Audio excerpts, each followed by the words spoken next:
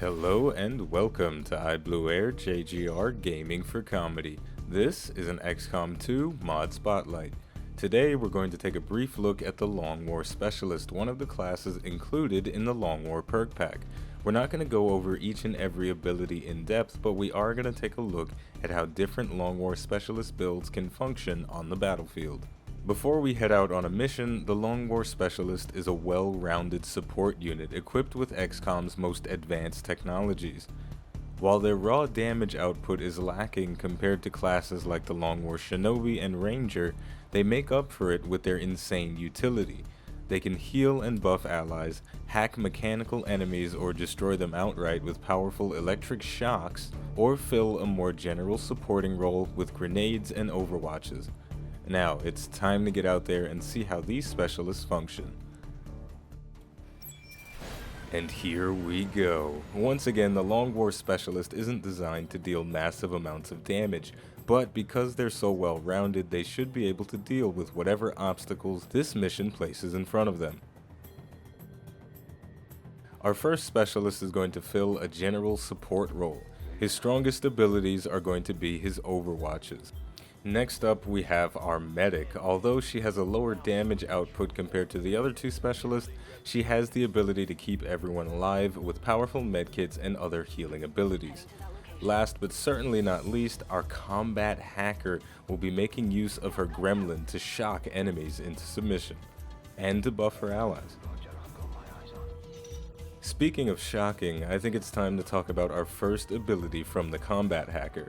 Capacitor Discharge sends the gremlin to a location where it emits a substantial electric discharge. That's code speak for it does a lot of damage. Also, it has a chance to stun or disorient the targets it hits. Also, it deals additional damage to robotic enemies. That snake and that stun lancer, they're biological, so they didn't take any bonus damage, but I think they got the message.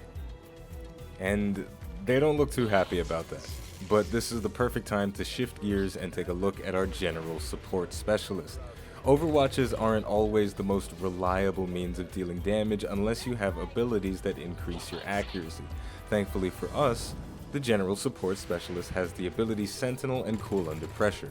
Specifically, Cool Under Pressure increases his accuracy when taking reaction shots by 10 and allows them to critically hit. Sentinel allows his overwatches to trigger twice. While we're on the subject of reaction shots, since the specialists are supporting characters, they don't need to deal damage on every turn. The ability Suppression reduces the aim of the suppressed target by 50. Additionally, if they move, they get blasted in the face. This skill is a great way to reduce the chance of an imposing enemy dealing massive damage to your soldiers. Unfortunately, it's not perfect. Sometimes Advent soldiers will run straight through your suppression or remove it by other means, and then you're just kind of dead in the water. But this time, things worked out pretty good. So, we're in a tight spot now, and we need to do something to gain an advantage over these Advent Stun Lancers. That joke still isn't very good, but using the hack ability is. A fairly straightforward ability granted to every specialist, hack allows you to look into workstations or Advent security checkpoints to gain bonuses for yourself or for the rest of your team. Or sometimes you get supplies. It's a very versatile ability. In this situation, hack granted us run and gun.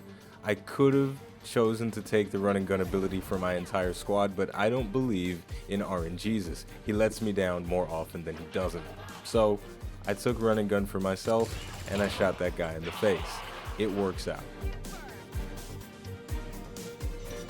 Alright, we're slowly but surely making our way to the objective, but we've actually gotten bruised up pretty badly. Now's the perfect time for our medic to use Restoration.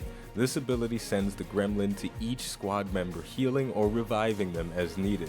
This ability is invaluable. If you're an XCOM veteran, then you already know how devastating it can be to lose your favorite soldier to a critical hit.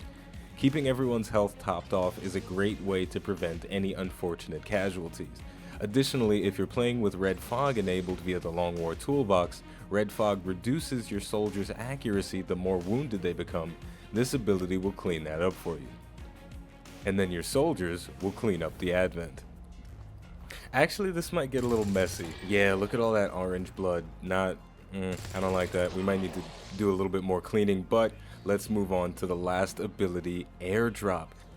Grenades are an invaluable resource. They're great for destroying an enemy's cover and for killing them outright. But the problem is we have a limited number. Airdrop increases the number of grenades you can carry by 2. Sort of. It allows you to send your gremlin out to a soldier on the battlefield and give them a new grenade, and it has 2 charges. Very potent ability. Not the most potent ability when used on another specialist, but imagine if I had a grenadier with me. This would be amazing.